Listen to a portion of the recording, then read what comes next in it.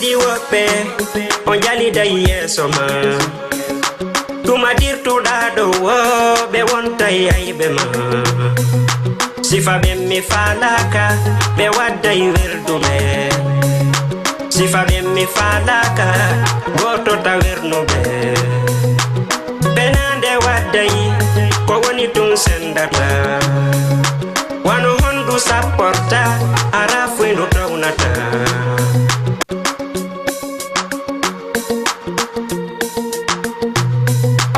oriya fanelan wana min ko waybe ko be fala no konne hari ko be waddu kono wala tanaki porun hadi mi jolato kono wala tanaki porun hadi falelato ino wadi wope on jali da yeso ma tuma dirtu da do wo be wonta yaibe ma sifa be mi falaka be wadda werdume sifa be mi falaka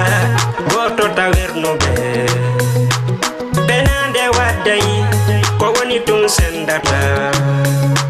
wano hondu sapporta arafu ino tawnata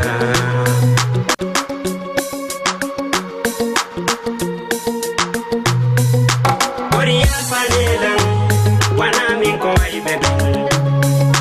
ko be fala no konne hari ko be waddu kono wala tanaki porun hadi mi jolato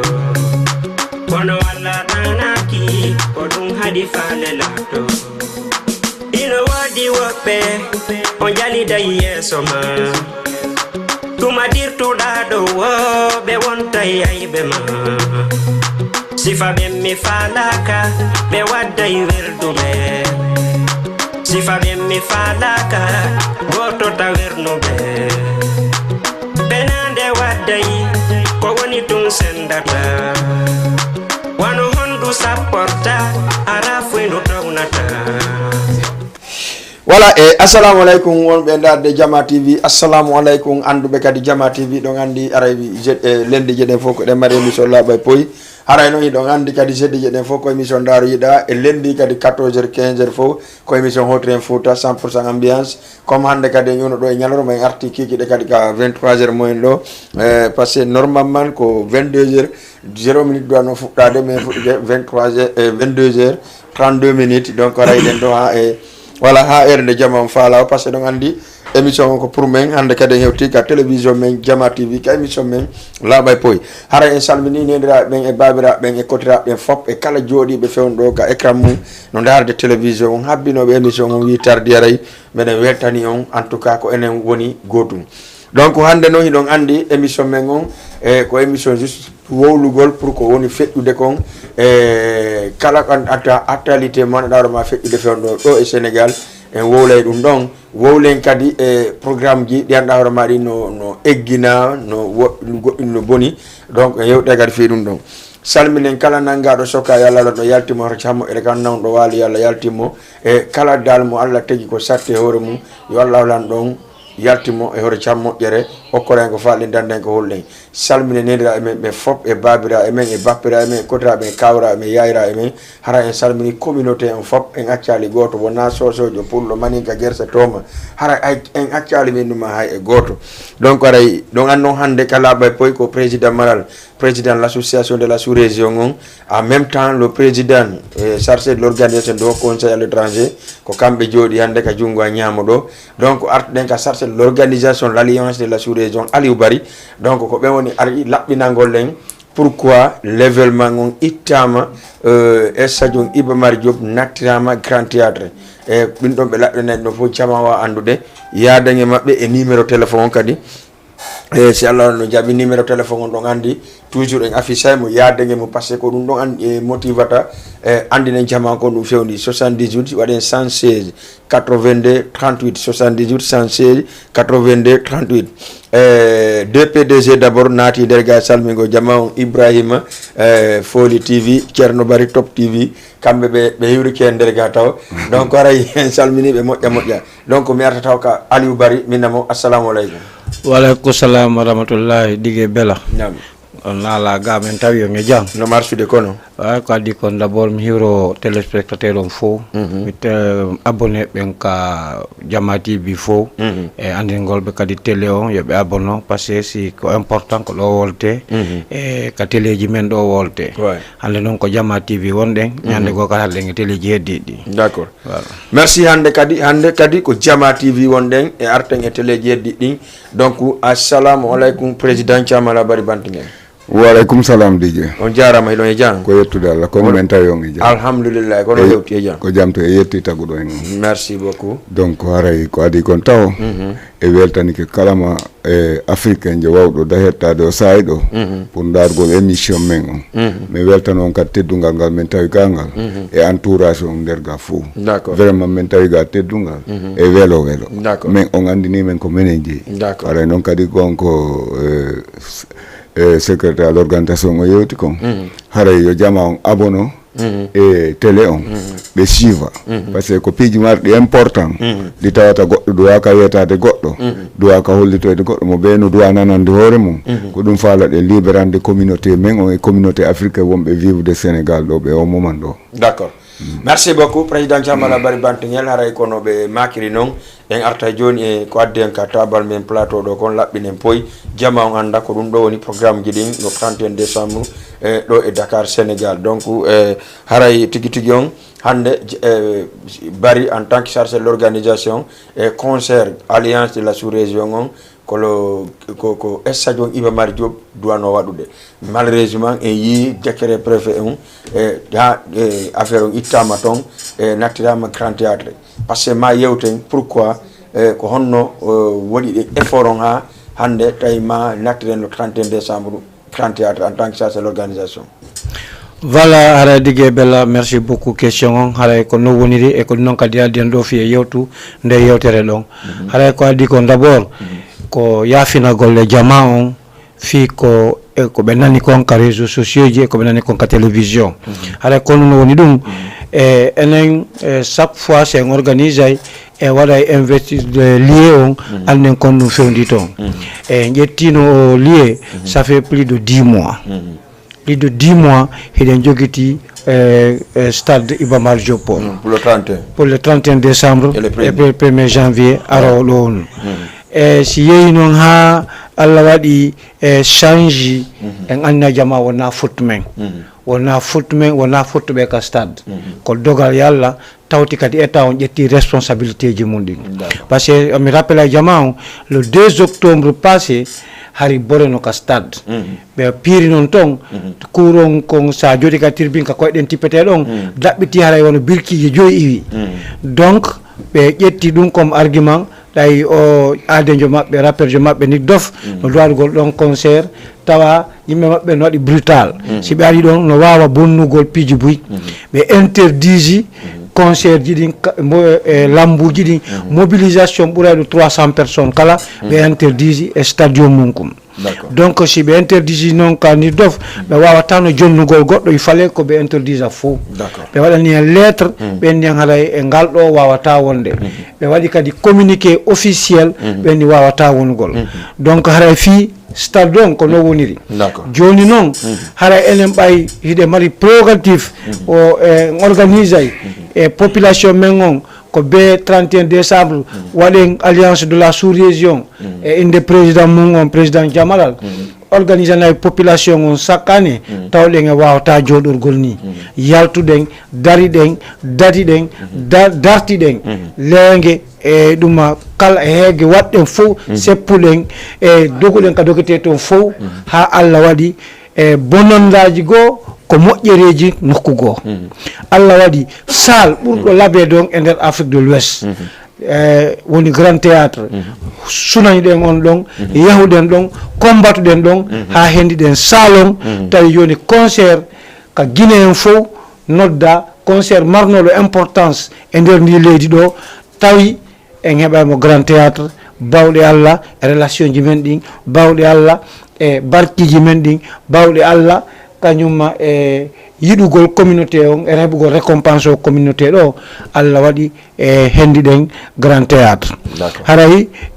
j'encourage kadi fo wano nouvelle génération le fi 24 décembre e concert jigo parce que ande mi président Jamala Mayal mi juro de directeur tawi himo minni ça il avait un moment complexe ha inugol e vraiment fop annulama o wadi téléphone makko ngol di président mais men jodi mais yewtide makko tawi na e faute makko ala j'encourage tous les promoteurs e kadi hunde wotre willange mum bela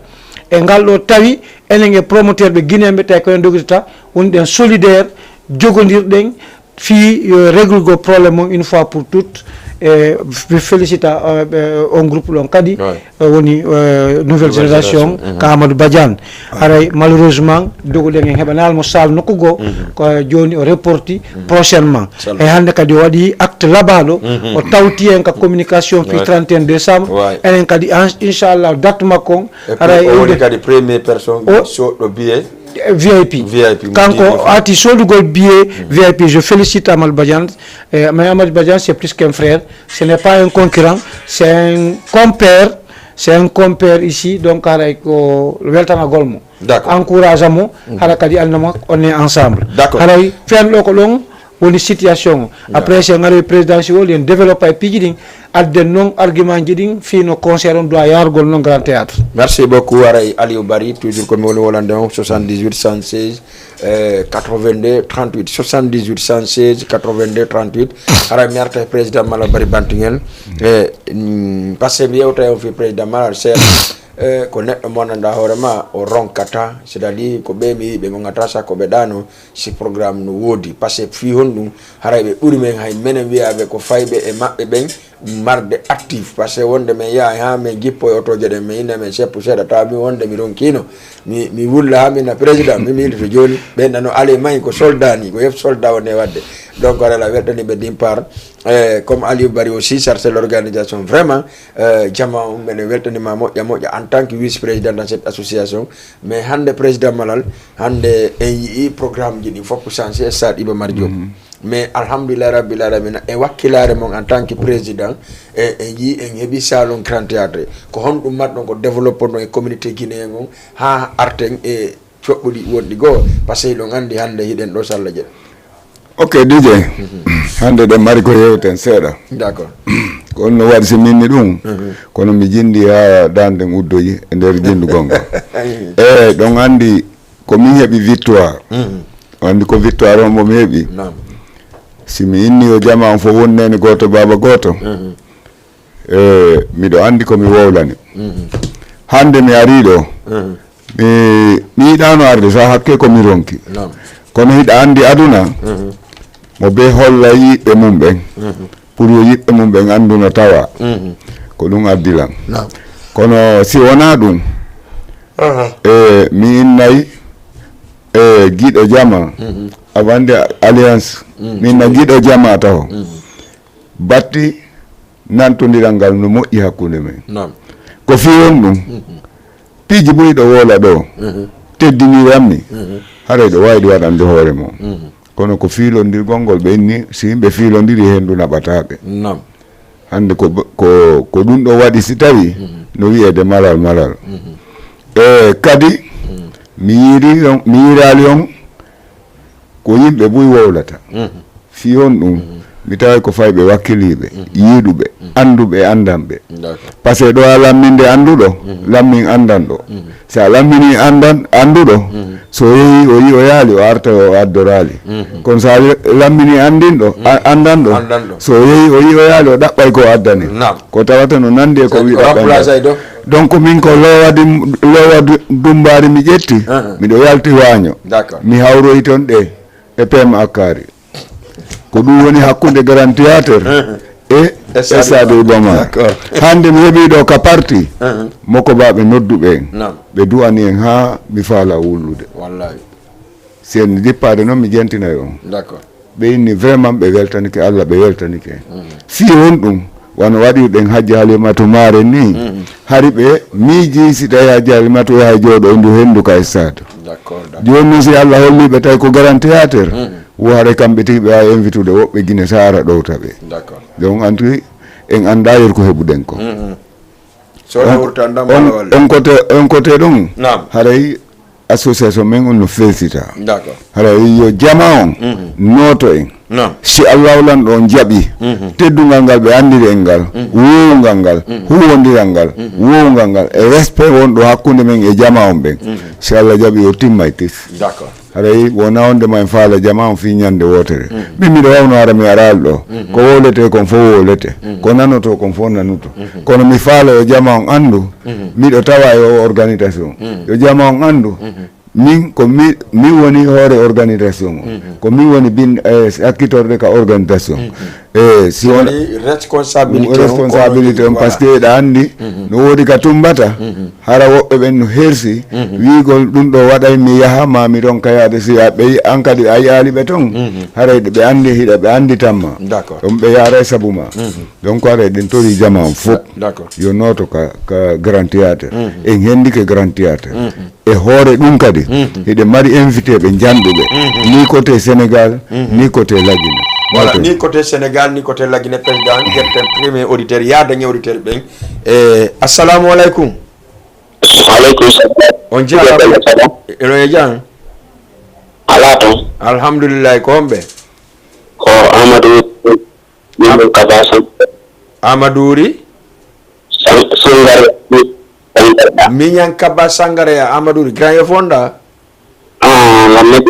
la Medina d'accord Amadouri konno way jan alhamdulillah donc Amadouri ay wimi concert warano do stade be mari job do parce que buye mo yidano yago le stade be mari buye nay agression no wodi tout ça donc ndari en tawi non alhamdulillah rabbil alamin e watti concert au grand théâtre acha merci beaucoup Amadou Ray wodi ko kopi e watti concert au grand théâtre président manal no way continuer si merte deuxième question mo joni tig ko mi wattata don IFDC hara den toribe dole den toribe kala ka be woni ha me moy kidugo ha me moy hono ete kurema kero mede nyamali bamako section jidin fop yodi noto yobe noddube be noto c'est-à-dire simi fami han e gal ko hajja halimatu ni marengo ko hajja halimatu ni maren alliance de la sous-région ka concert men grand théâtre ko no woni donc mi kadi Salif Sow en tant que directeur ASP kankadi ko der mi sidi ndeylo déjà no detto passé afi sakitado mon harayna coupe gollom kono côté ka Salif Sow men tori communauté men on yen compagnon d'accord donc andi ko fi hen dum adema feritor mo yeso si on a foyalima e lorra tama d'accord e yiri mo e yehi ka jo intingol mo e yi ko jokkimo ko yen andule enen kadi de mari faale makko d'accord ok go on ka ligne 78 116 82 38 merci jon tigi on hara de wafi de secrétaire à l'organisation o développement en goddum seeda andi minni ma mi ari do kono dande no joga hande d'accord 78 watton 116 82 38 parce que kala ko faado landade ko beedi do do landade on andi ma sin animateur donc pijigo no wodi haray ga na fo mi wawata wowlude parce que be ne ko bay haray voilà c'est ça donc mais le président est là aujourd'hui avec secrétaire général organisation monsieur Aliou Bari fait dono en même temps ko kanko secrétaire général on kadi ka windugol faut passer des postes fait do mo kipi donc waray tigi on ko wettene ko di pardon ko Ousmane Gawal voilà voilà ko deuxième Ousmane Gawal allez 78 116 82 38 acha Jama TV assalamu alaikum allo merci beaucoup arayon donc ado hebula ki ara ko teddunga jama fo Aliou Bari en tant que chargé de l'organisation parce qu'il y avait difficulté on côté donc mi yi bay e ginama commandresse Estade Iba Mar Diop est-ce que problème organisation burali posude au grand théâtre dige bela alhamdulillah rabbil alamin ko adi kon taw e weltanto kadi téléspectateur o weltan en idi bari don e Lagine ka boutique makko tunkan hara den tori jama fo yaw soda passé mo sibuden mo nen do mo ndaru den en direct Mamadou Amadou Wuri Ba no ndaru den bon PDG Ibrahima Foli Media dige Cerno Bari karamo ko Mamadou Winda Jabo no ndaru den hara de weltanibe dandi kan non invité d'honneur mawlo on ko kala ko Mamadou Willa Diaba voilà donc yetten goddo kali ni bari yaade ñu auditeur ben assalamu alaykum allo voilà donc mata ñu question ma e andi président Jamala wo be yaadu no lowa dumba be fotti e PMK e mi félicite be ko wolda nane kon courage mo be jogiti on hande yawno ha ko waytano lan ko nyande kali musto Camara arayno est-ce que moi di pré yette ma ligne allo dis donc en famille gol me way non peut-être ko raison bela e ko waten lan ko nyande kali ko musto Camara arayno donc kali men seppuduno ha mi jodi mi calculi mi stawno ko 25 kambe mari ma ko 30 mari ma ko 40 ha wonno gerteno allo ajara maday jang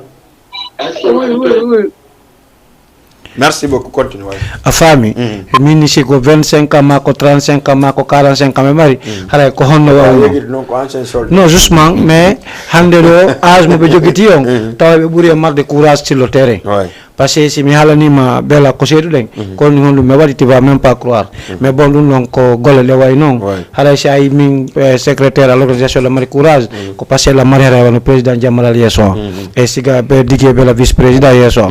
hala mi fala adangolon difficulté ji wonandi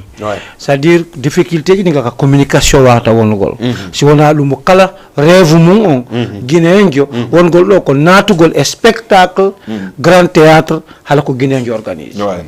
ko dum rêve guinéembe si tawi non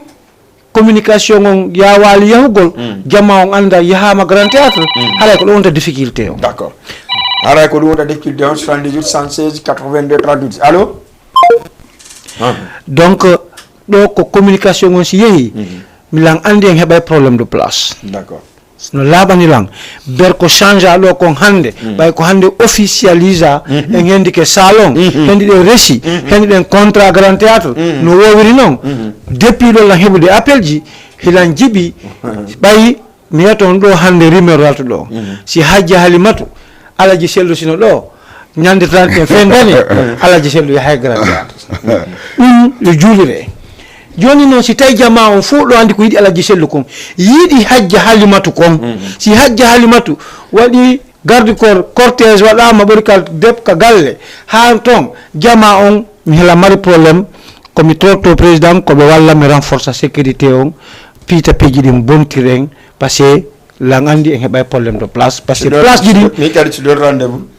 pourquoi yabata problème de place parce que nane minorité grand théâtre mais be pour encadrer mais problème ben ni wo no modi réserve c'est ko 216 non ça c'est pour te dire que min kadi ka commission d'organisation min mi yehi min kadi mi yebi no hari idée on no dugol be wolgo mabbe il y a 216 réserve ko la ngande problème bela ko hay on 216 ko minime do hande problème marremo si hajja halimatu fokkiti acha si hajja halimatu fokkiti jogoda don assalamu alaikum allo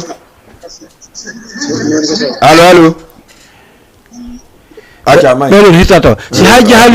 halimatu fokkiti ka galle yow bay ka on garajim ok yoy mo garajim yo yaw afami donc min ko do woni souci ango hande ko si tay place o yonay souci ango hande ko si tawi Guinée on fo nati be natali ben sen hebana be solution tumundirgo be hajja halimatu tumira be bagada wonson o yimanabe binet yimanabe fendo be binet ayi non tawolo acha yebbe ngado kalim allo oui on jarama Mr Alpha joni hito makko ko fo jikla huto Alpha mi ngayla rena kono way Alpha la jang amin jani don ko super kambe no andi he ko ene hawti wallahi no welde kono fiodi ton yo jeri pala mo ko invité ko fofu yo merci beaucoup mais Alpha nam ayi concert me ngo watama grand théâtre parce que la andi anga me la go yamoy de grand théâtre mo ma hala fidi mi daga lawol fa ko nga wonda fuddade Alpha mo kima t-shirt concert oh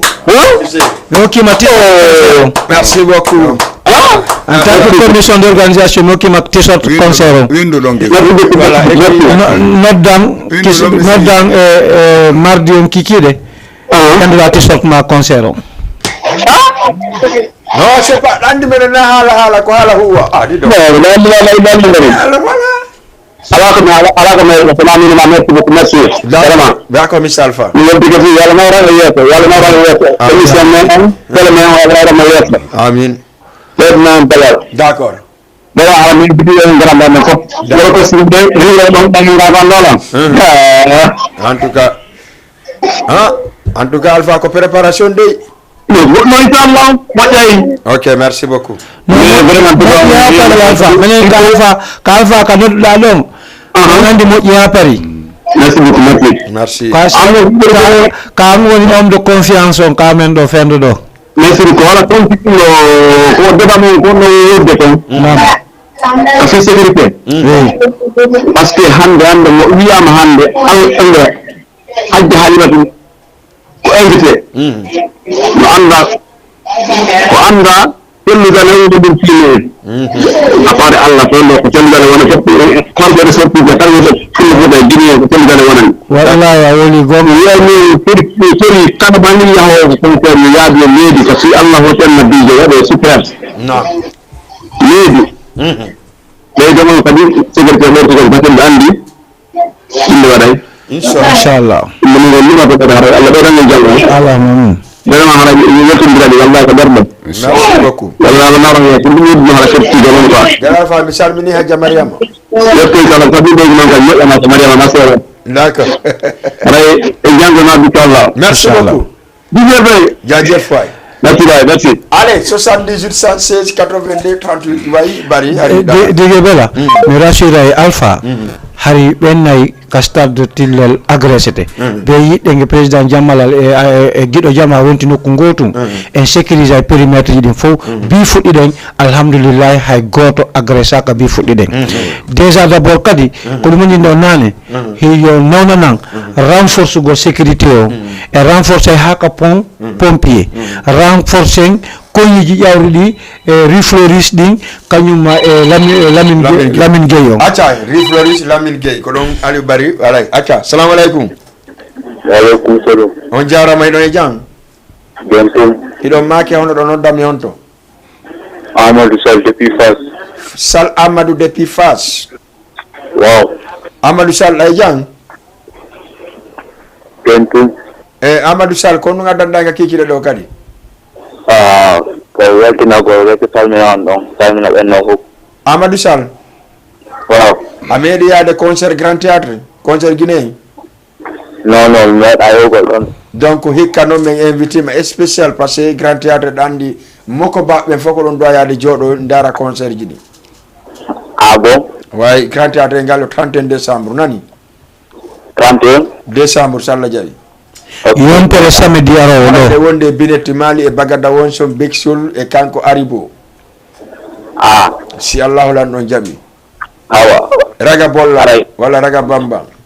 ko biyeji ɗin ko jelo biye ko 10 000 francs et 5 000 francs ok fewn ɗo siɗa faala biye heɓugol mo 5 000 min jonna joni numéro téléphone ji ɗi sa noddi ɗon min déplace min yeeyoma biye on ɗon fewn ɗo 5 000 mais sa acci ha jour ji hara ko guluji sappo sefa non ko jelde guluji ɗiɗi se guluji ɗiɗi Go de 10 000 francs. 10 000 quoi d'accord wala weeɗugol no andi min ko comptere Fouta nde mi yetti guluji sappo ko goho ɗiɗi tati wulure ɓenta min ko 1000 francs ok ɗon noon sa wi guluji sappo ja ko 50 mi wiiɗa ye waaw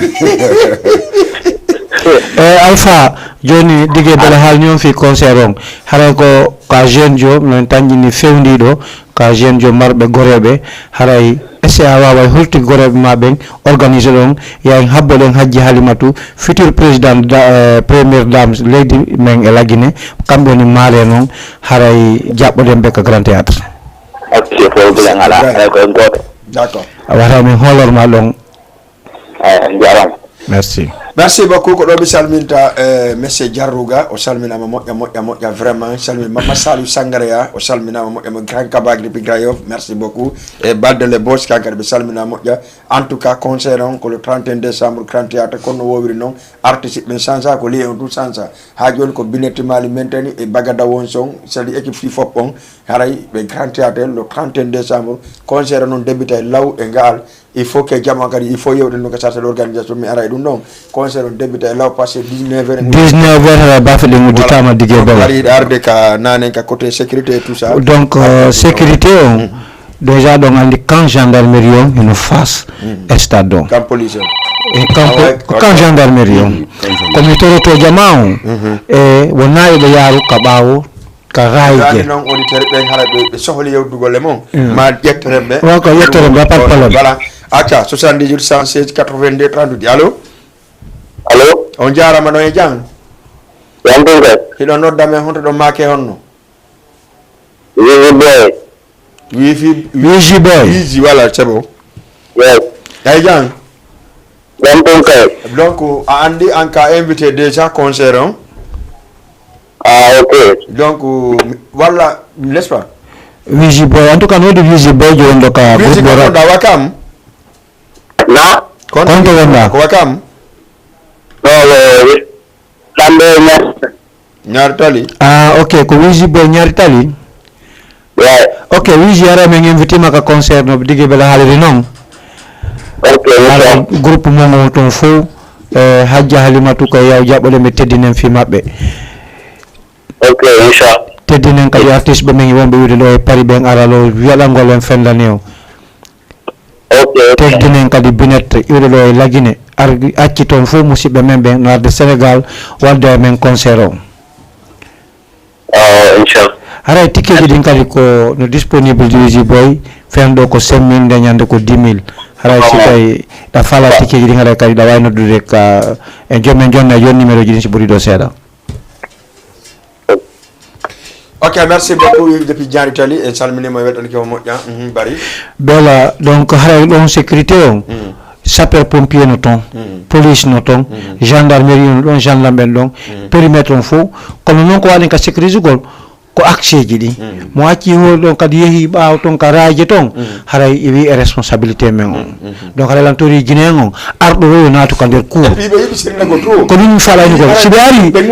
kadi wo be mo ko hore lawol wo naatu ka der cour soda biyo be naata ka der salle be jolo on a de sens parce que hari concert no ton ka esplanade déjà concert anilam joni ko ene dun jegi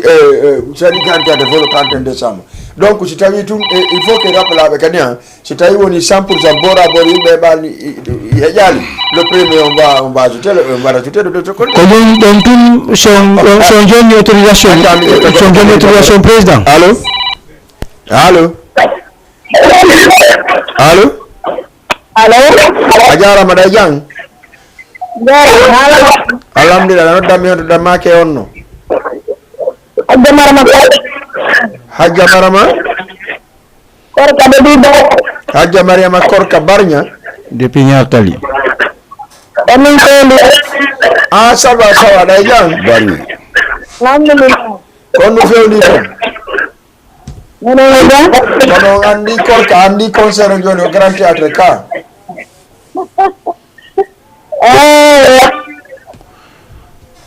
merci retourne wadde yara donc korka après ngata makko so wi non korka mi andi tay korka nyaata mi ande jiwa ngon adama parce que do andi hawa pardon jiwa ngon voilà on jiwa nyaatali la mari jiwa mo da wara jiwa no bobo no subi bela kanko bela ko kadi den mi do daaro mo ko en fo yaata daaro mo passé ko hawa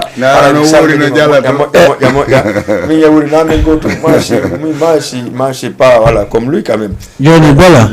mi fala artangol ko surprise kadi yaltu di tondi c'est une côté organisation ok joni bara don c'est la côté organisation surprise ni mi hatta pe da malal no wodi ko mi fala be landade ok d'accord jette goddo ka ligne assalamu alaikum wa alaikum assalam wa rahmatullah c'est petit bari no way Why, Savabia, Navalde? ila jang ila andi compole ango ni ungoto Petit Bari compole ango do mo nyami do maare holti do mo ngi da inde mabbe Petit Bari compole ango ayali Ala problem grani. Petit Bari lari président mala ko nyani hore mum hande be wi be la émission dum be kere ne hore mabbe hande ko be watto Ni dun kay. No gra. kon no fewndi Why, sino, Jarama, you don't jang on phone, you don't jang. Alhamdulillah. Okay, so Portugal to Andingal Jamal, the party on the Lati. Merci beaucoup. Okay, me Porta Kadiwaltana, the President Jamal. D'accord. Parce que ça y est, wonderful wedding, ko savoir quoi. Ouais. Parce que, Allô, oui, mais ma Petit Bari kantu mengedi. Oui. Parce que Esad do anilama c'est ko bonu kambe be neno a jon ba Esad anilama be darota ko fino grand théâtre to manero parce que ko on kadi jama uri mar de respect Ouais. way mi de urta be kadi yaltana de moɗɗeno me weltani kemo OK Petit Bari way réunion jango e 17h ala problème inchallah ok voilà merci beaucoup ala problème way grani ouais Petit Bari ay andindi fans be maɓe fo de la problème tikeji ɗin ko jelu e prévente on sa jonni disponible ko wodi ko joni da andi joni ba yehi grand théâtre affaire on change sela fendo joni préventon ko 5000 jour J ko 10000 joni femi annonce on ɗo jamma fo pour famide parce que sina ɗum ɓe sikka jonɗo no weyno non joni en annonce ɗo joni kadi numéro téléphone jiɗi en fop men hare noddindiren onon kadi mi yigola ɗen ka TikTok mi yigola ɗen ka Facebook mi yigola ɗen ka story ay félicitation e mon onon kadi ala problème min kadi komin wawi komin waɗa inchallah on jaɓɓi fino jamma on notora e mi reni inchallah Petit Bari président miɗo hiwroɓe ɗo moƴƴano mi hiwrtike miɗe nandema ala problème koye gotum mi weltani o moƴƴa noon par ce que courage yanani minen kadi ara minen staff o fof min welti komin naata grand théâtre ɗo ko ɓe tawata ko alliance de la sous région organise ɗum ɗo merci ara miɗen weltiniren men merci beaucoup Petit Bari vraiment mi weltani kema dete andi dongol tuma goto gayna e Petit no ko pitade jaga fuuma wonitaɓe yimɓe awa jaga goto gayne a yino ga andi ari bella falama bullude ko a yaraka makko mi bollay no buuma folan invité hay goto noon mi acca surtout noon kadi yimɓe ka an hay goto mi acca o yiyayla kadi fof notta si Allah on jaɓi merci ben mari confiance e ma Petit Bari no ko goto kay goto inchallah OK merci beaucoup voilà mi arteno ka min ya habbo sécurité on seeɗa mi arta ka président Jamala Bari Bantinghen président mi yii ɗon vraiment effort mon ɗon wadde on pour fédération pour ha jaali matu et puis commandeur fédéral on ɗo e membre ɓe heddiɓe ɓen par ce que hannde absettangol communauté guinéen on ɗo ha jaali matu marenage c'est la première fois ko sabu hon ɗum osu ɗon ha taw ɗon mawa ɗon ha jaali matu dalen maren yakari ha ɓe absetta ɓe waɗa vidéo déjà tawa ko hari ko stade Iba Mar Diop joni wattama grand théâtre kon ɗum matno ko yewton ɗum ɗon anditi noon jama on par ce que vraiment so hunde nanɗare ma ko hunde teddude belas miɗo weela yewtere nden kono danden no joga kono mi anda kadi est ce que ko ɗum waɗiri ɗum ɗo haray ko waɗi kon taw a yafotolan seeɗa d'accord haray hande ko wertaniɓɓa ɗo ko jama on andu onon kadi andon onon jogiiɓe médiaji ɓen ko woni o ko onon fuɗɗorte onon weltorte hande ka wonɗen ɗo feƴƴi windugol lettere hande ka wonɗen ɗo ni si tawino ko mo ɓe koen konkanoy ɗum ka suudu mum no gasan heɓatano yimɓe sappo kono Allah waɗi onon kadi o wakkilike hiɗon gollande jama on hiɗon findinde communauté on donc hara emi faala yo secrétaire à l'organisation men on yo faamu hunde wotere point goto momi faala jonnude en e civilisation ji men e golleji men ɗin pourquoi pour yen avance par ce que so ndaari goɗɗo ko yahanta tumbodiral ko fi o andu ko honɗum woni nafa tumbodiral ko honɗum woni nafa tumbodiral ko ya waɗu janggati yiya goɗɗum waɗa mandu hande ko Aliou jooɗi ɗo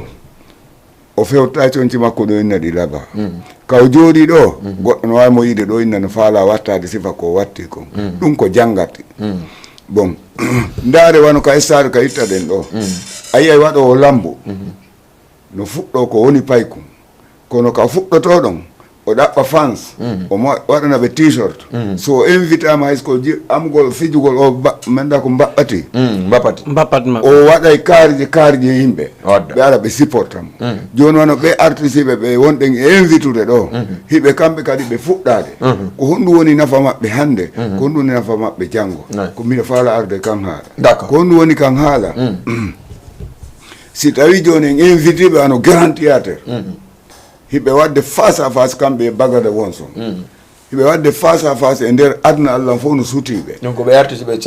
wonɓe ɗo ɓe fayɓe men ɓen hiɓe wadde face à face e nder communauté men on e jama men on hiɓe faalale janggo maɓɓe on kamɓe kadi ɓe yimirali fiyoɓe yimutum ko ɓe yimiri ko fiyoɓe heeɓu on avenir donc hiɓe duwa kamɓe kadi mobilise de jama hara si ɓe jippinita kaarje maɓɓe ɗen hara o filmaji onon kadi ko on ɗon e ƴettude o wawa sendande aduna allah on fof inne kaarijo wawi wakka footballeur ɓen neɓata goɗɗo inna no faalaɓe contrat neɓata goɗɗo inna no faalaɓe ɓeyditande gandal yeru ko ɓe jogino ko ɓe wona star ɓe go'o donc ɗum ɗon fof wona ɓe sikku ko enen ɓe woni e wallude koye ɓe andu ko hoore maɓɓe ɓe woni e wallude ɓe yaha ɓe comporte ɓe arda needi ka nder terrain ka bindi no essuyane no perdine ka golle ma hiɗa heɓa victoire no hiɗa perda ko honɗum woni ɗum si tawi ɓe ardi joni needi ɓe ardi e yimɓe waɗiɓe maandu kala ka fewndi ɓe invitete donc haray koyo aliou andu enen en ƴetti grand théâtre en ƴetti disposition ji ɗi fof kono ko jama men on e organisation on ko ɗum ɗo wawata en jonnude victoire ɗum ɗon ko go'o ɗimmum e mum IFDG ko wawɗen kon yo ɓe inni pallardi ɗin ko wawanɗandi ko koso ha kabinde leggal meppugol leggal ngal koye mayri woni ko wawɗen ko addugol toragol communauté guinéen on fop waɗa effort ji ɗin fop ƴetta lié on waɗa sécurité invitana en hoorejo parti on pour yo heɓu teddungal pour yo en heɓu doole joni noon hiɗen tori kala mo militant jo IFDC responsable jo IFDC e nder section ji joƴƴinaɗo ɗo ɗin ha Kidugu hiɗen andi ɗi fof majji hande mo Kidugu siɓe faala ɓe ƴetta yotoje ɓe ara wonɓe ɗo ɓe landatake siɗa faala wallude parti hina leɗɗe addanoyta parti o na ndiyan ƴoganoyta parti o a soutenira e moyen on parti o waɗanamo promotion fiyo heɓu doole ko ɗum woni soutenugol parti hara yiɗen toriɓe fof maɓɓe yoɓe wakkilo ɓe ara ɓe andita yo allah dandu en torike allah kadi yo allah dandu e watten ɗum 1000 fois allah honno Hadji Halimatu noddenmo comme garantiyateur caméra ji aduna allah ɗin fof sutomo tawa ko goto kontete toon haara parti on gollanali mo haara parti on alamo e gollande kala ko wawete waɗede koyo garantiyateur heewu yoɓe ƴaɓɓu kaare ono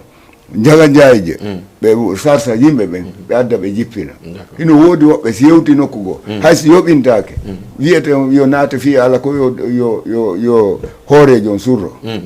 ɓayɗe yiide ka football hiɗe yiide événement ji goo mais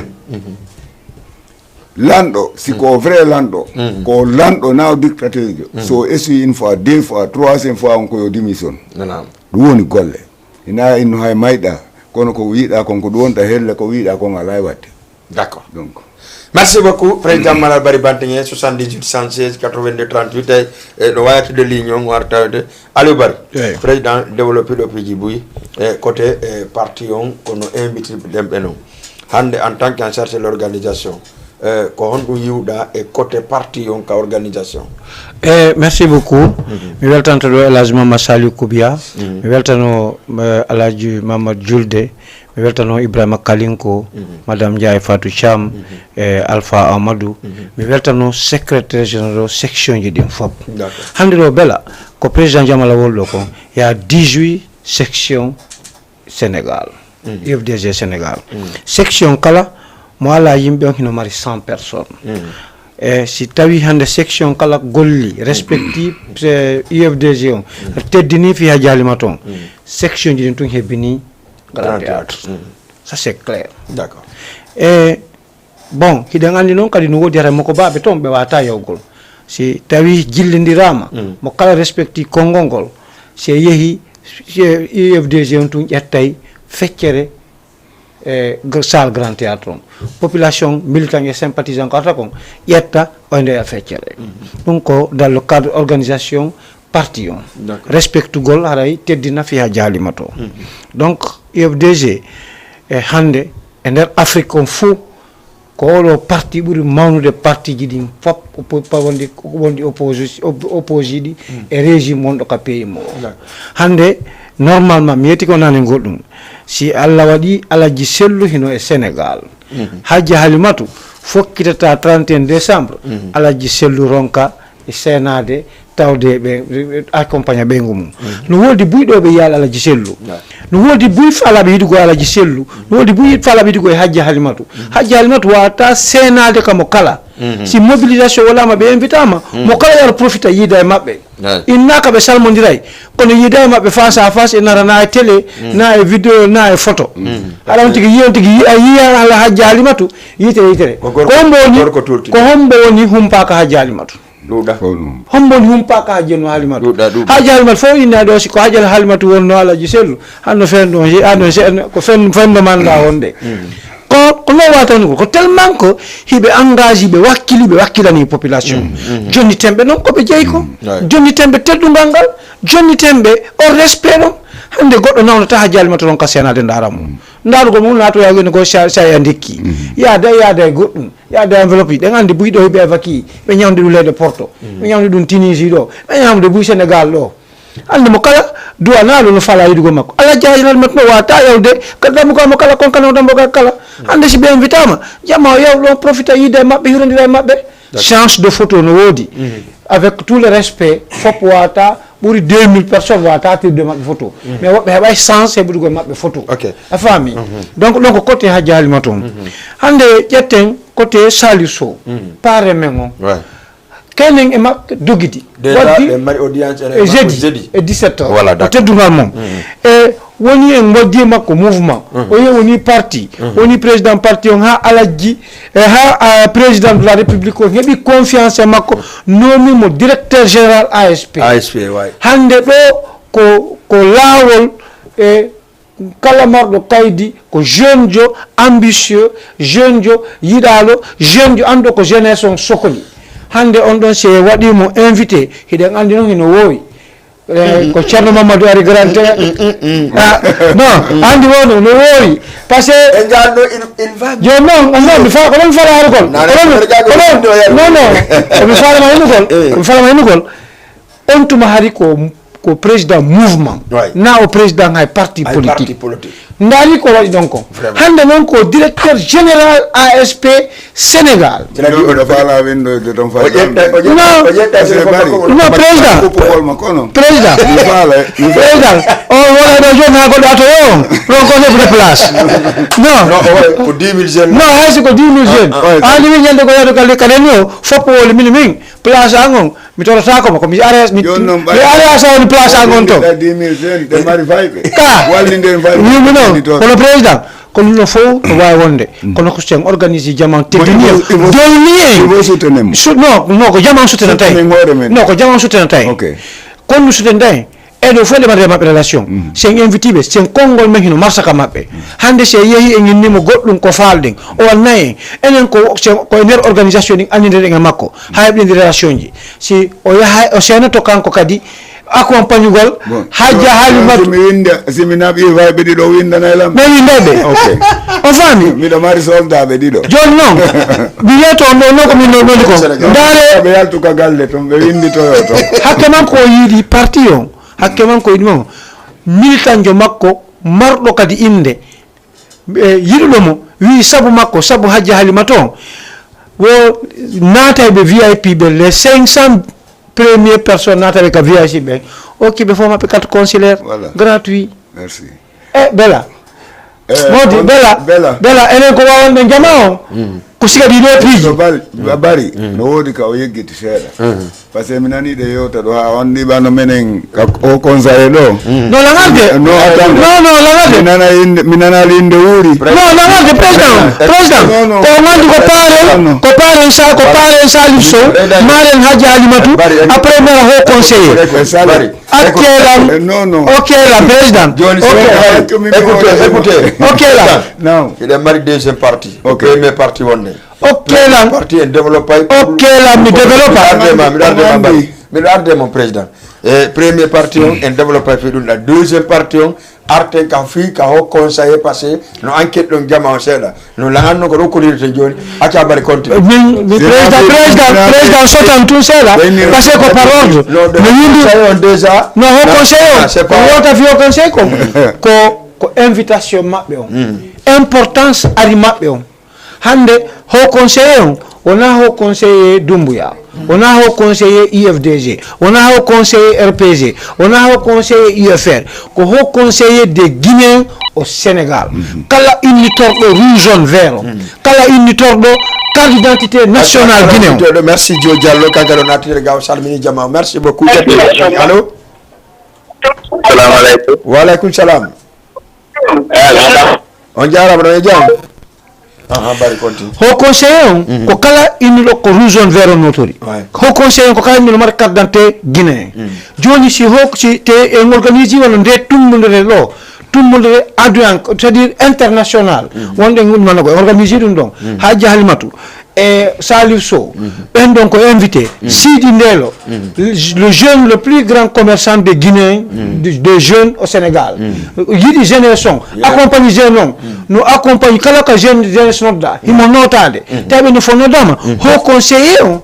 ko droit mabɓe assistugol e ɓe foddiyan kadi ɓe aray hande no joni si jama o no fala kadi teddingol ɗum ɗon heɓugol ɗo hande sohlata ho conseil darantamo ko si tawi ɓe nodditama jama o yaha kellanaɓe ɓayna enen organisateur ɓen kellanoytaɓe donc ɗum ko ɗum ko côté organisation on arten feƴƴe noon aren o ɗuma onno les 4 coordination de la Guinée e sen ko daari ɗo hande sen inni ko fendane ɗen olga étude woɓɓe artiste ɓe Guinée woɓɓe France adalo ko fiyo Guinée ngo wawa waɗugol fetto nokku goto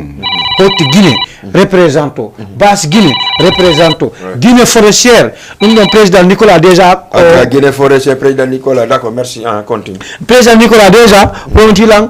goɗɗo atata ko fo Guinée forestière kaluma c'est-à-dire bella hay darɗen organisation ji horeji ɗin tun il faut le président il y a 2 VIP non il faut que tu précises ça parce qu'il y a 2 VIP le premier VIP ça sera 20 000 francs le deuxième VIP ça sera 10 000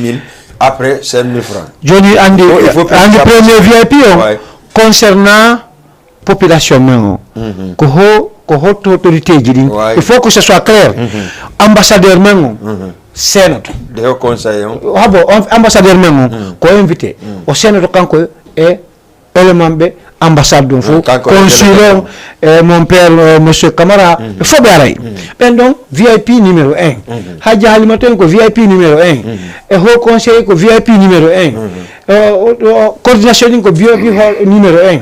donc ɗin noon ko VIP 20 000 ji ɗin noon ko ɗin ɗon naɓanten il faut que naɓano ɓen mais naɓa non ɓe fof maɓe hende to ɓe fof maɓe hende to o faami ɗin kadi ɗi ɗuɗa han beela ko 80 places c'est normal. Non, 80 places. Mais maintenant, avec la délégation qui vient, est-ce que c'est mais ala kadi taw yeggutu Hadji Halimatu hande kala ko invita ɗo autorité Sénégal on kadi atta 78 116 82 38 allo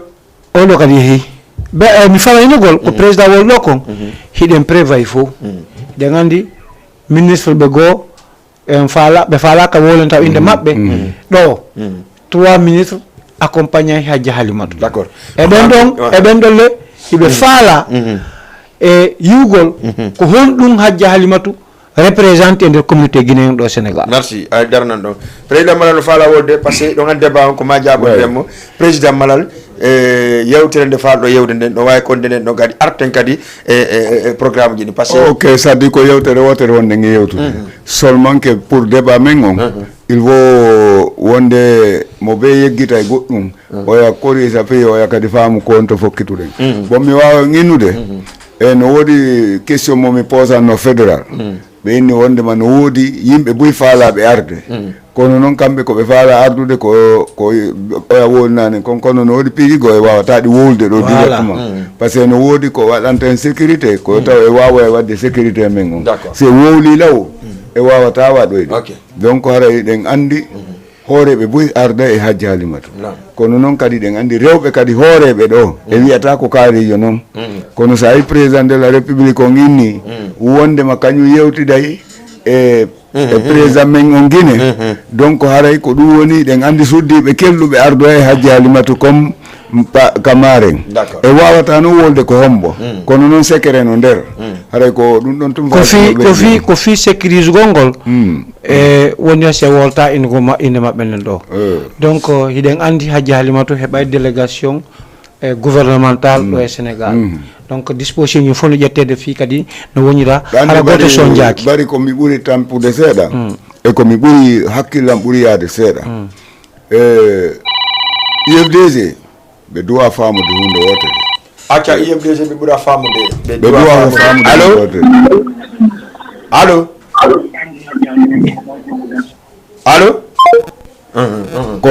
kamɓe koɓe jon dennabo e ɗe golle men ɗo wona ɓe arɓe dennabo si a woni jon dennabo a humpatake ya labbe a humpatake ya watto a humpatake ya ñaamu ko fiya resisi humpeteɗa donc hay so tawi woni e ɓe goɗɗo hollitaka e ɗum ɗo ni tu wiyama ko présidente ɓeygu président men o waɗa ɗum ɗo maare e leydi kadi ka wiyeten ko kawtal men fof no jentade en eɗen felliti kadi adnallam fof siivay en ɓa yi ko feƴƴi amérique kon e yi ko feƴƴi e ɗeya leyɗe kon si tawi woni ɓe immaki ɓe dari haɗa muɗa andu golle ɗe mankiri en kadi président aɗa bari mi andi tan goɗɗum bari komi woni wolde kon goɗɗum ko ammi woni e felude goɗɗum ko ammi faala yettade o yiyatoɓe par ce que en tant que secrétaire à l'organisation miɗo wawa haɓɓude dande ɗaɓɓakami organisation ƴetten goɗɗo ka ligne allo merci beaucoup miɗo wawi haɓɓoyde dande jooɗo ha ɓe nodda président mi ara mi daro kono secrétaire à l'organisation o ala place o ala ko polyvalent ko 9 ko 10 eno ndeñande ala mo watta cravate no ɓe yeeti galan ɗum grand théâtre wonde ɓe yeeti galan ɗum sakke va porter son ɗum cravate kadi say ko kolobani mi yaha heɓɓinde joni fala bela on andi ɗo e woli fi haute autorité ji ɗin hiɗon andi ko dolni alliance on hiɗe mari ɗi séréji men mi on yafoto mi lintaɓe seeɗa alensi no saɗaɗi mi fannon noon yagata ka dernier parti d'accord par ce que andi no wodi awa gasi en famodiri accompagnement ji buy par ce que maintenant mi faala en artu en tant que en charge de l'organisation ɗen mari artiste invité wonɓe Sénégal ɗo par ce que pourquoi e on artiste invité wonɓe Sénégal nane président mala junji hunde nden goɗɗum ɓe wi ɓen no dowa mobiliser de jama on pour janggo kamɓe kadi so tawote en waɗata décoru banana hara ko ndeñƴi ko nde wotere déjà no woodi hande artiste ɓe wonɓe ɗo ɓe meeɗa natde grand théâtre ɓe joua ton concert Allah waɗi e ngal ɓe naatay e ngal kadi ɓe joua a faami par ce que on a fait trois reprises à grand théâtre no gasa ɗen andi artiste ɓe invite no ɗen e ɗum ɗen donc e ngal noon woɓɓe no invita certainement no alkasayo mo mari yimɓe moƴƴa donc vraiment ko premier image makko ni man ɗawroma imminaymo e nder grand théâtre e woɓɓe go kadi e woɓɓe go kadi e woɓɓe go ko honɗum mbaɗɗa ka yewta ɓen ɗon si arten ka deuxième partie ka président mana ɗo andi bela fi artiste guinéen wonɓe ɗo Sénégal ɓen nane mi naati tundo min goɗɗo min kala ko waɗɗa ko waɗo hoore ɓerde laaɓude walla hoore miijo moƴƴo e tawno min noddi ɓuuri 12 artistes guinéen ko accompagné ka stade mi waɗi première réunion wo buy arani mi yinniɓe ka réunion deuxiéme réunion kala mo arali ittema ko nder groupe am kala hettiɗo sa inni tikke gujjo yaafo ɗon terme o yo jama o nanguide ko wujjata voilà c'est ça sa inni a yimay hettano musique ma on fenɗo ɗo si metima goɗɗum yona 5 artistes heddiɓe par rapport e grand théâtre e ko ɓen noon kadi so takka grand théâtre hay e goto kadi mi ɓeydata sabu grand théâtre heɓe Merci beaucoup. ɓen ɗon wona e sabu kadi yoɓe ƴeew ka hoore scène aduna fof anda ɓe merci. par ce que déjà hari ɓe engage ji hiɓe doggude bimbe kikiɗe ɓe nodde alam ɓuuri 5 appels par jour fi accompagne golen ka stade joni noon ɓay woni ko grand théâtre ɓen wonnoɓe ala hettade ko ɓe nando téléphone gara yaafo halina heeɓi fatude la mayra yallah hinno mayraɓe ɓen ko mi wi kon je suis fermé ko monde wolde kon onon charge ɓe artiste ɓe men halfina artiste on woni Ousmane Billy Andigue Bella ɓe mi d' accord merci beaucoup awa merci beaucoup awa yiɗa waɗi délégué jo par rapport e artiste o e ngal ɗo arɓe réunion ɓen arno ha ƴetti hay prévente yeygol ɓen ko ɓen jota grand théâtre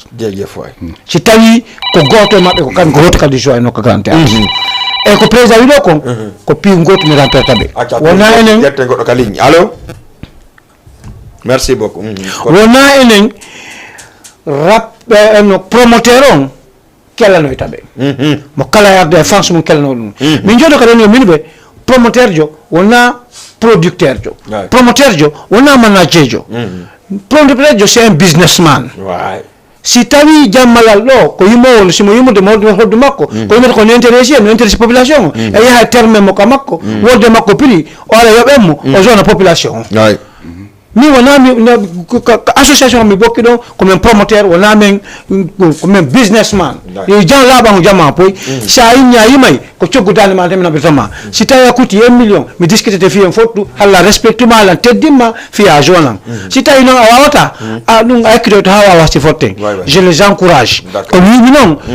ko mi wondi ɗo président Jamal hinoma ɗo Digue Bella ɗo ka tanke ɗuma mais artiste ɓe absectunoɓe ƴettugol prévente yeeya ɓen ko ɓen petmi mari artiste invité ɗo e Sénégal si tawi noon hay goto fal wutti si tawi jote ko goto jota ɓen tun jotalan concert am mi fallalama poy mi arta kadi e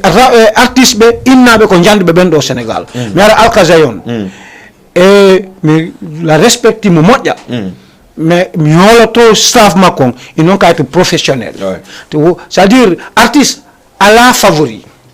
artiste ko mo fi fof ko on public hande mi silan sokolimo so absectilam yo waɗnan publicité waɗnan teddugal waɗnan komi fotti kon si président Jamala noddimo hande fiye noddi bagada won song en ɓe arde ɗo ɓe joie janggo ko ɓe nottaɓe ɗo so yega concert non ko fiiɗo o janggo so yega concert ɓen ko siɗa ɓe faala ɓe acca naten en tant que promoteur haray ko ɓe yahu ɓe commandire ɓe ina e yooɓu e yeeɗo concert aliment ko des promoteurs dalle ngal damgol tede ngal be enveloppe comme combien e wota so mon do e ne yoba naata yalten 12000 francs yobude naata ngal enveloppe no 50000 et 3 non yeto ngol je respecte tout aussi les promoteurs mi weltano kal no président Jamalal mi weltano Saliou le miro voilà c'est ça yiti tugol mabbe ngol yewta be famondira e jonnindira jullo mi weltano Digue Diaw parce que il a joué un grand rôle mi weltano Binta Pellen tasi ɓe joué un grand rôle par ce que nde mi yawno Saliou wi siko président Jammalal e min men yewta min famodira min ƴetti responsabilité mum jawini ƴetti responsabilité mon o hande mo woni himo organise ñallal hirde fi 31 décembre oni tellement ko respecti ko yahuɗen kon o anni liɗi noon o perdi mbuɗi makko ɗin o lantata kadi mbuɗi makko ɗin kono accompagné hen ɓe yaha kaluma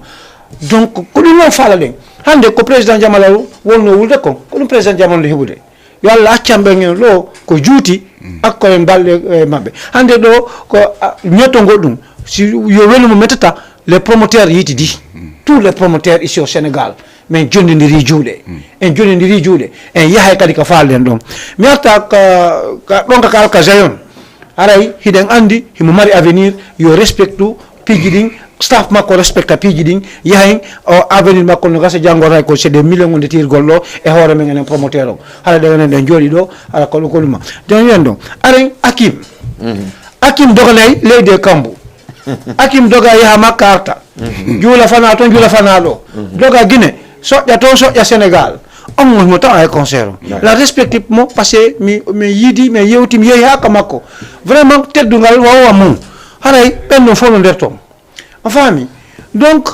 ko ɓe mi faala innugol on koyo wakkilo artiste ɓe ɓurno ƴettano ɗo ɓe meeɗa waɗugo publicité fi 31 décembre pourtant ɓe absertile wurnugol ka concert 31 décembre ha ka wonɗen ɗo ko ɓayɓe nani joni programme ji ɗi boni ɓe naati fuɗɗi waɗugo publicité maɓɓe ko hay e goto e maɓɓe jotaka concert alliance de la soudaireté e fi fop andi ko fiyon ɗum ko andingol ɓe he goddo wiya e go si wiya didi goddo wiya e didi si wiya tati e sa fami hande si ayi ha a wi ilan e bari alu jonala minni ma awa hay si la ngulde hombo tigide mi wada droit ngo hakkunde men d'accord donc mi weltano kadi e bela andi ko président Jamala wota ko hande sa yido hido wala manifester ide wala pijigo c'est parce que média ji mending di fonctionner di hidama di unifi population mi weltano lo mobile tv kala ko yipan ko kambe atete nani rede je le félicite donc mi fala inugol lantoribe kambe kadi balla mabbe ngal berko be waay ko fu hilantoribe walugo ko be waay ko fu mi arta kam woni don Foli TV mais non PDG donc je parle pas en tant que homme de média je parle en tant que promoteur hare lantorimo média Foli TV on kadi yo walu droit mum fo no be woni wadde ko non fi hare stade don joni ko stade don tout change acte grand théâtre joni mi sekki goddo si nyami tori hay ka nagge hirta mo tanto ko wakkilo nyama tewmu ma Jama TV déjà d'abord mi rappelle Jama on ko anduno gido Jama production ko der Jama TV yalti Jama TV ko der gido Jama production yalti sande seni relier ko alliance gido Jama de la sous-région donc lo ka suudu alliance de la sous-région Thierno Bari Top TV pendant combien d'années ko kambe président Jamala immo de jolo de wadde piji je le félicite parce que quand il a joué un grand rôle d'accord haray côté do ko dum fala argol ay ni fi sédé ji ngana toy ontuma en arda do sédé ji e sponsor ji e côté organisation go ko no de ok e dandi sous gestion go to ni min mi do wa souhaite DJ be fop be wonu ini comme le promoteur no fokki to gol ini non on est c'est le problème que hande mede mari problème ka DJ be on se dit la vérité mede ando ko émission la bay poy donc mede mari problème ka DJ be wobbe amen no ton totalement comme nafi donc on se dit la vérité kambe c'est dit ko vela tabbe ko dimoji mabbe ko bordete tout bella je vais dire quelque chose goto sikano men un promoteur mais yiderno me yolno ko mutum yewta il suffit de faire un premier pas go hebu courage ya yide ka du atnyira len hakke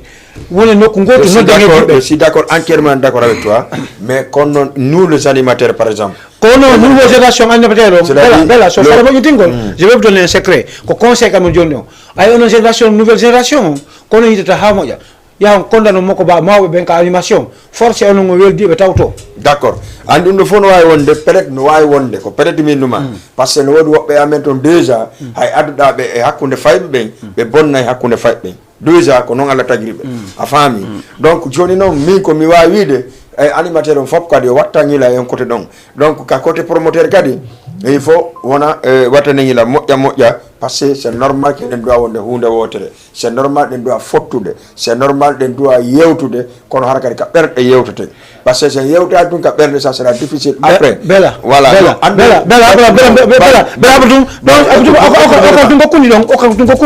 bella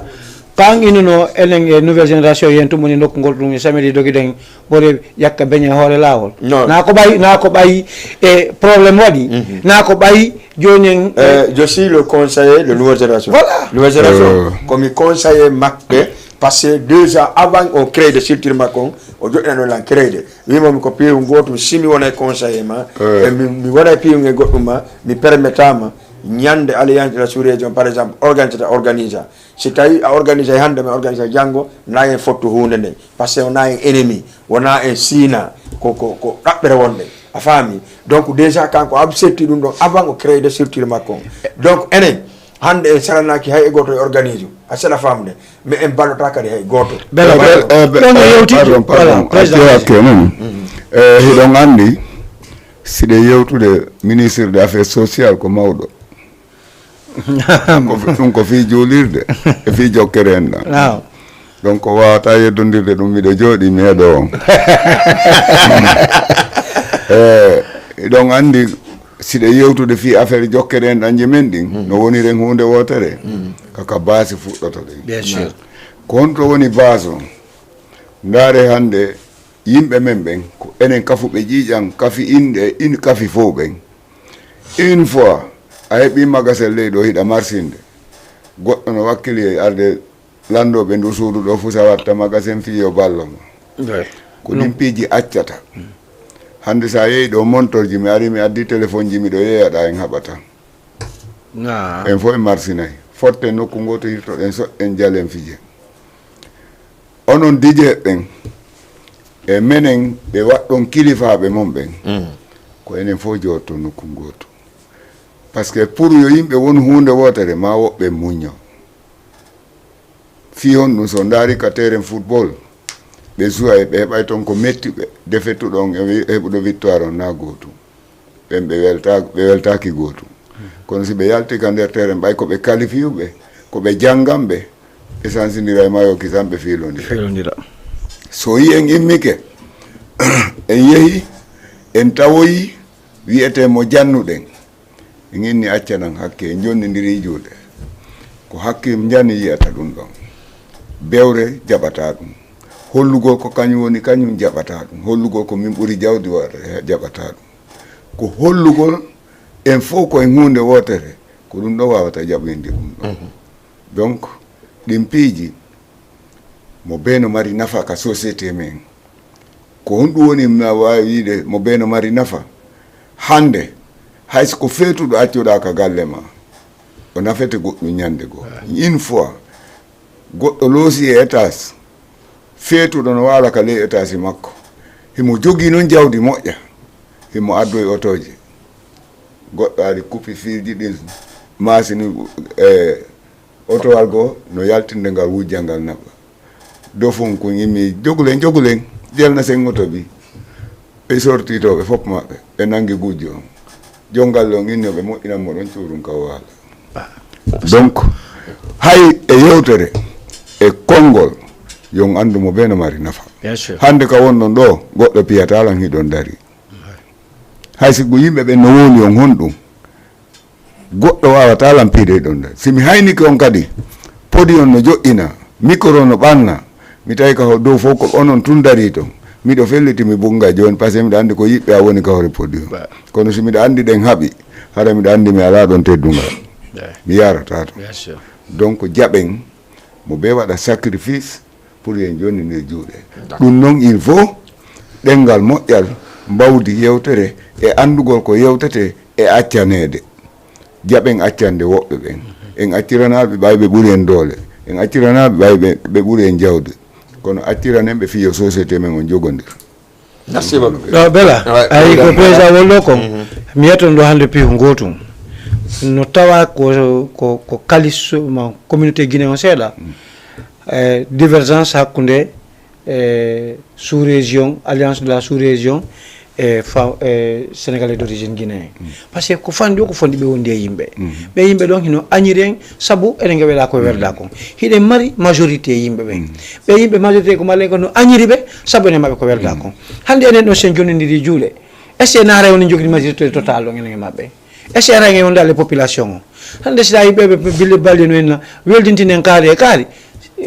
comme no defe créé différence guy hande ko ɗum no welti min ko tawi kon en tout cas promoteur on fof woni nokku gotum hande goɗɗo organisateur hoore goɗɗo hande si en organise ɓe accompagne en janggo so ɓe organise en accompagne ɓe digue ɓen kadi waɗa ɗum ɗon joni si tawi min ko min bela en ɗo je suis d' accord ko wolɗo ko joni kamɓe jeune génération o yoɓe guéri ha ɓe wona nokku gotum on tuma noon ɓe nodday makko baɓeɓe ko tatto ma nayo wonɗo makko baɓe tawata no créande ɓe probléme ɓay se wolay ɓe wolanen ɗum ɗon ko digue ceerno bari ko digue diallo ko digue malaɗo ko digue adra ko ɓe ɗon haray hooreɓe heddiɓe joni ka donc ɓe ɗon tato nayo moƴƴintinta hakkude mum probléme ke c'est pas le tout ɓen ɗon fof ça ko des personnes ɓe mari probléme non individuel ta c'est-à-dire individuel watama sugol ko ɓen ɗon hooreɓe nayo si tawi digue adra en tant que intellectuel mo wawi joɗɗingol ɓe joɗɗinaɓe wolde maɓɓe malaɗo en tant que doyen mo wawi ɓe joɗɗingol wolde maɓɓe ceerno bari do absectugol digue diallo wawi absectugol e tummodira ɓe yewta ɓe notta hono sukaɓe ɓen joni relève on siko président jamala hol ɗo kom président jamala neɓata ɓe à la retraite ɓe neɓata ɓe potto hande si ɓe formude e ɓe awi grain on fuuɗi lemun heki on fuuɗi ki janɗi ki fini ki fuɗɗi ke waɗugol lemunne président jamala na yo kala kalele galla wala dimboli mu jodo wi alele mu do ko mi yarni de mi tetta be yara. C'est ça l'importance. Est-ce que famille dige bela hande do meto lo piu gotum he c'est facile d'organiser, c'est facile de s'organiser. Andi il suffit que yen ose yewtndranen là où le bas blesse wondere si tay jamalal ala wolde gonga bien président jamalal ko wol donc awata ina mawdo wolta gonga wiya kono ko wol don conseil wa ini ko nobuto de solution be fama e kisam rectifier be la on tire dom ka hande ko si minni vraiment organisation do o grand théâtre do hilam buri e tanjinade hanta ko pellet bay ko kanko tu wodandi ko heddi ko promoteur fo pala ka grand théâtre e promoteur fo kadi bella no daybe ka hawre podium wiya hino be ka grand théâtre do. OK, merci beaucoup Barry aray dernier on parce que déjà ça nous reste un 10 minutes déjà émission on mais quand même mi artay de haut conseil à l'étranger en tant que chargé de l'organisation président Jamala Barry Bantingen président ko kambe le président de l'alliance de la sous-région kambe le président chargé de l'organisation de haut conseil à l'étranger président essayer no fodo ay nabidude si Allah moyi mi waway d'accord ɗanni no wori ko guine ɓe jiiɓi e malal o yaafot no goɗɗo fewta coñci mum de wiyaɗi laba min goɗɗo jan nalan organisation d'accord mi komi faala aussi mi cela veut dire min mi mawnudu e mum ka galle kam mi heɓa ɗon mi kaka laamu mi heɓa ko toon kadi mi janɗi ko wiyete fijidare suka kon fof ala komi waɗade e kadi kami waɗi ɗon hina sifa ni on andi ɓe inni samedi Guinée e tarantene Dakar ko goto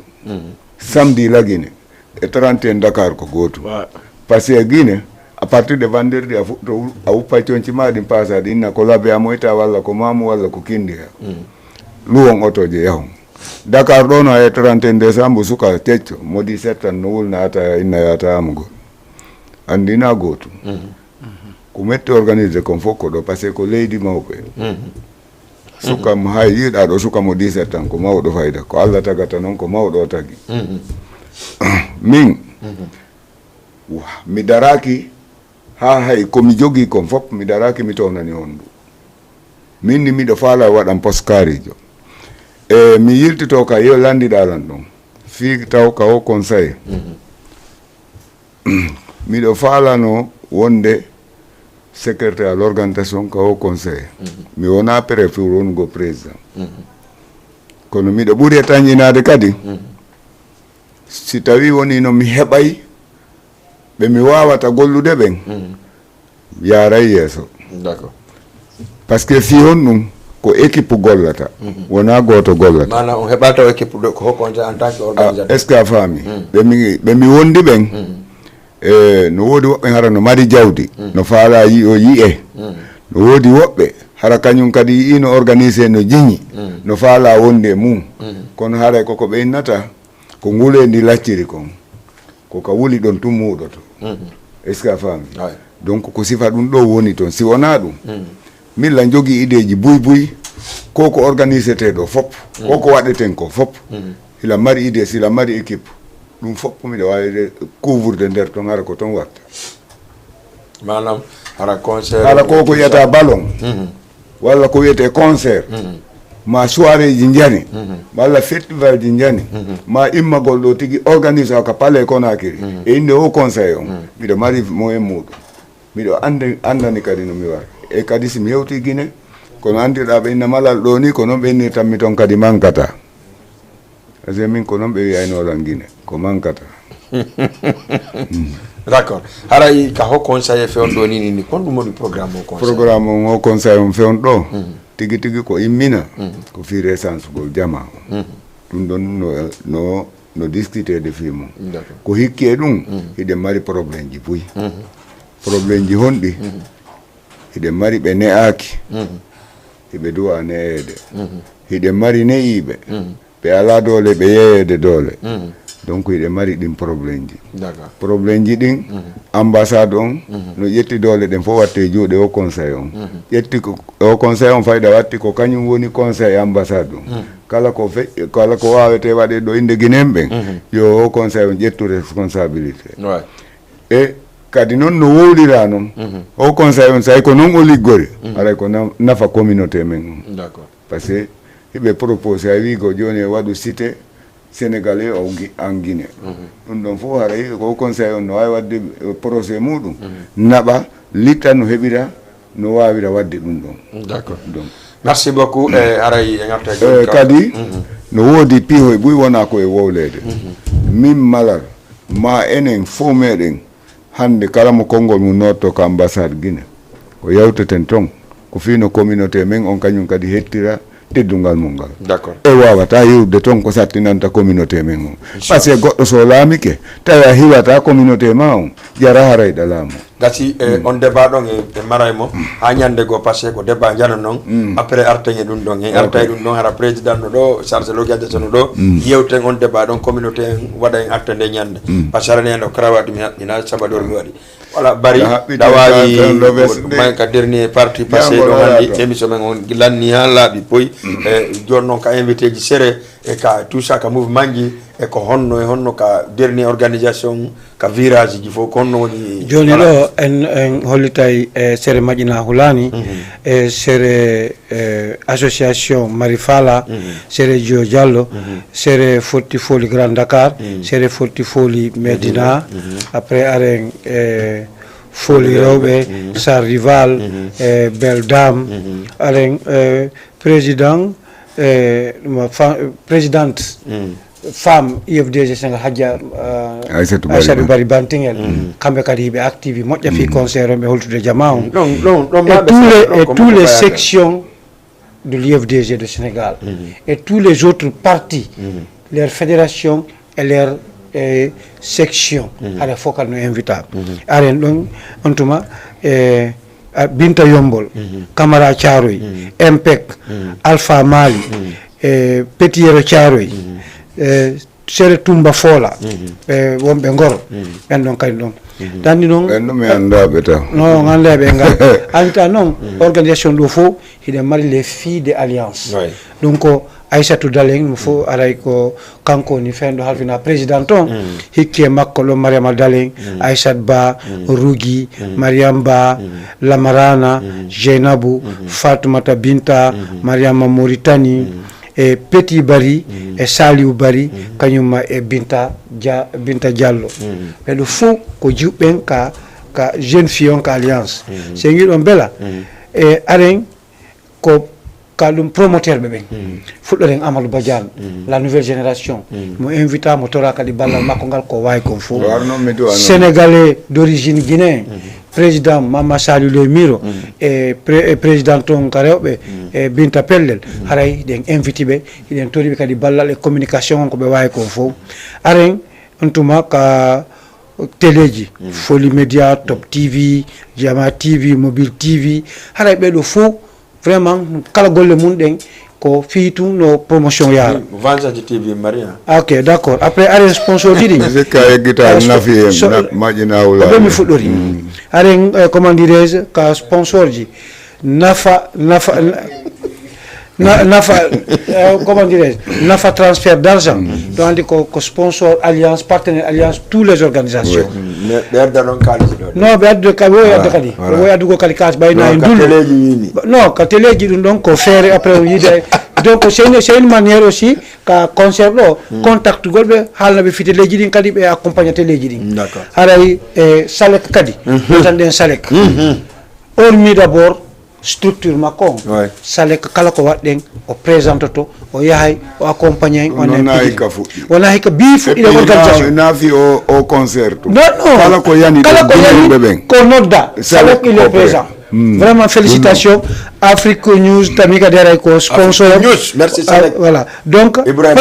planète aussi boisson jiɗi hiɗe gandi e ɓe noon hiɓe yewtidi amen hunde si non vraiment hiɓe teddine darta ko ɗumaji association ji ɗin fof organisation ji ɗin ko communauté guinéen tum ɓeɗen réservé organisation fendi mum fendane ko communauté guinéen on pet ɓe marani réservation organisation fendane vraiment ɓenni noon ɓe reconnaissi golleji men ɗin fof alay ko teddungal moon ɓen ɗon kay ko ɗon encore yette sojo quoi haray ɗo mi yetton ɗo pi gotum bela ko wolɗen ɗo ko wolɗen nene organisation o moƴƴin organisation o ko si jama on notike si jama on notike haray e respecti konngol ko noddirɗen ha jaalimata ko haray kamɓe kaɓe walli en teddini jama on ɗon mi sikki noon mo humpama président si yi ɓeygu président hara yi président mo humpama ɓeygu président si yi président hara yi ɓeygu président nde ñande ha jaalimatu hino décidi ɓeyti ko men ɓe wattata ko talon nde ñande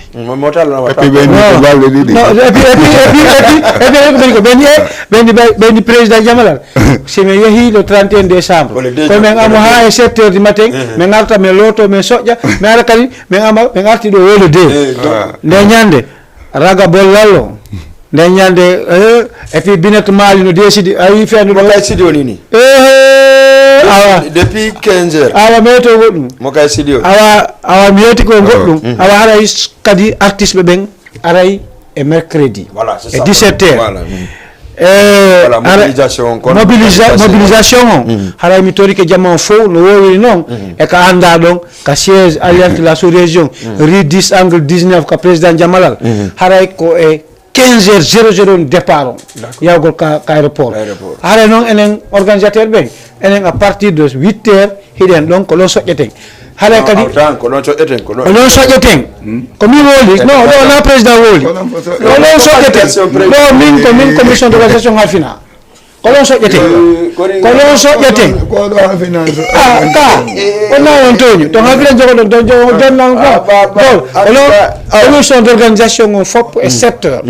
mi précise a commission d'organisation o woni bureau alliance on woni bureau jeune fille on woni bureau rewɓe janduɓe ɓen en fof ɓen à partir de 7 heures ko ɗon mobilise ɗo wonen ɗon soƴƴen ɗon otoje ɗen kadi ara ɗon ƴuren ɗon e 15 heures no wowɗe yargol noon média ji ɗin kadi fof haray ɗen toriɓe ɗen habbiɓe no wowiri noon haray ara ɗon déplace ɗo yahen jaɓɓolen ɓe aɗen yahen kawtel continue piiji ɗin kadi hiɗen darde plan organisation wargol conférence de presse hiɗen darde lieu on taw après en annonce naɓe lieu on waɗen conférence de presse haray vraiment wayno ɗon haray mi wayni ke mi weltano ɓe gon e ɓiɓɓe am ɓen mi weltano kadi kala yiɗuɗo bari e yiɗɗo ko bari watta kon kala yiɗɗo alliance on e yiɗɗo ko alliance o watta kon haray mi andina jama o alliance de la sous-région ɓuuri président on ha e dernier élément o ko en disponible fi communauté guinéen on e mi yetto goɗɗum mi weltano ceerno Bokamata Ka o goɗɗo so waɗanima moƴƴere anditama moƴƴere makko nde nane ɓe noddanno ɓenni ye ko honno fewndinɗon ɓenni ko conseil ɓenni en hollitima min mi hollitalon kono min hewta e ka mon min holtan par ce que ko makko baɓe amen si makko ba anditi ɗum ɗon haɗa ko par ce que mo miijade fiima par ce que haɗa mo antude fiima vraiment la weltaniɓe ɗum président Souleymane moyen président moyen Guinée o haade no voyage hewtugo maɓɓe ɗo noddilam bari ko honno organisation mon o ɓay o nani o probléme wallahi o noddanno o litti konoreji makko ɗin fof président on fi ye wawa organise gol tawi ɓe mapani en haray ɗe weltani jama weltano ɗen sére Dio Diallo Kadiatou Pita kalliñi depuis fuɗɗemo ɗo Kadiatou Pita Binta Diawne Mariama Mbori Safi Malal Aissatou Koundara Nene Fune Ramatoulaye Mali kadi arti ɓeɗo fof haray bela voilà kanko kadi korka depuis ñaari tali voilà on oya kadi hande waɗinan ɗo message juuɗemo colonel woni Kouyaté Bafode voilà association maɓɓe Foli Rewɓe tout le monde donc Sousay voilà donc vraiment président batti o changement waɗi par ce que no changement waɗi kono batti daygini nani batti daygini par ce que jama jak ande andi hande no wondi e jama on kadi jaka seeɓi probléme ala jama no mapani ɗum vraiment merci félicitations à tout le monde rendez-vous e ñande o ka téléji ñande o ka publication joni noon yiɗuɓe alliance ɓen falaɓe publie nde alliance ɓen alno mo kala ka TikTok mum yo publie fi concert o ka story mum yo publie ka statut mum yo publie ka Facebook yo publie ka groupe WhatsApp ɗon tigui publie aɗa ko ɗum ɗo woni fi wallotogol jama o merci beaucoup Aliou Bari président Malal min ɗuɗa komi yewta toon sina ɗum kono woni komi ɓeyta ɗo seeɗa ko bari yeggiti ɗo seeɗa haray seede se woni nene goto baba goto nafaye weltanuɗen badiam d'accord min mi remarque ɗo ɗe renioji men ɗin fof o ara o jooɗo hakkude meɗen wawa say ko enen kafigolɗe ɗen tawale mo organise den organise bien sûr ba hewtiɗo kadi nokkugo ayi ko enen fof dogedi ha Allah waɗi yaari ni weltanoɗe mo toranoɗe mo Allah kanko kadi ko weɓɓoy koye Allah yo resisu e mum si Allah jaɓe immoda e daroɗen ha muran ɗum kadi resisa haray mi weltanike on onon ko mi adoto weltanade ko entourage an on fi hon ɗum sa nani kaari ko kaari iɗa manto iɗa ɗumanno ya andu ko jamma monɗa on teddimma haray ɓeyden teddungal ngal hakkundeji meɗen donc haray e weltanike jama on fof ɓe bari kontiɗoɓe fof mi wawata jokkude kadi mi konta ɓen ɗon kono noon haray mi winne taw mi weltanike ɓeygu an ko accitimmi mi yalti mi ari mi jooɗi ɗo kon mi heɓa simi konkoy kam mi naato ka naate de haray no bari holliri noon haray e weltanike ceerno boubacar mataka e bureau moyen guine on e au conseil on e bureau ambassadeur on e responsable ɓe meɗe wonɓe ɗo ɓen fof weltanɗen alaji mamma saliou e julde e alaji julde alaji mamma julde voilà weltanoɗe wuuri calere moƴƴa par ce que ko gonko ɓenta kon komo daɗi moɗo si yeeya gate si tawi joni hawri eɗen andi ɓen ɗon kaɓe darani en ɗon si tawi no parti politique on fof no darono no ɓeɗo daron noon haray no inni alhamdoulillahi ɗo eɗen andi ka bi fuɗɗiɗen ɗum ɗo koyne e maɓɓe woni dogudude fi no resisira mi nani fédéral no wola goɗɗum ɓeyni si tawi woni ɗum ɗo en ronki organisme ko hajji alimata waɗa maren ɗo ko hiɓe préféré ɓe dimmisoɗu ka parti ko carrément bien sûr ɓenni kala wallo yo wallu ɗum ɗo resisa par ce que e wawata wolinde ɓe aka vidéo tawa en wawata wadde concert mais ɓandan ɗum fof ko ni riɓiri hara weltanike ɓe e weltanike gorko mawɗo on e weltanike kadi parti on fof haray yo mobilise en sayi jaaroji hara mi weltanike on onon kadi merci beaucoup émission men on lannino haalaɓi kono en wujji 30 minutes PDG yafoɗa par ce que ko haala ka weeli déjà donc ɗon andi no affaire woniri weltano min kadi très fort ɓe jooɗiɓe ɗo ɗiɗo surtout le président oɗo on est ensemble depuis au début mais président Malal vraiment merci beaucoup mi weltanike on yallah ɓoynude ha ɓoya juuta tande bono seytane ko waɗata hen kon par ce que hiɗon andi anon kadi en tout cas ɗo wadde effort molanaɗo déjà ka ne'ugol min kace min ne'i ke piiji buyi joni min yennata min ɓaritotako e tout ça hari ko ɗum toni golla min haaji amin ala ko koɓɓugol tum min intéressant min ko honɗum conséquence on faɗɗi janggo joƴƴin ɗon mi wi ɗon ina andi tagaɗo so janɗay koyo heɓu needi heɓa teddungal merci on jarama ɗon mi weltanike on moƴƴa e alliance on kadi en tout cas no yarde yeeso depuis au début sen heeɓi goɗɗanta sen perdi goɗɗanta et puis ha joni iɗon furde effort ko wonɗon e wadde kon en tout cas mi weltanike on ɗon moƴƴa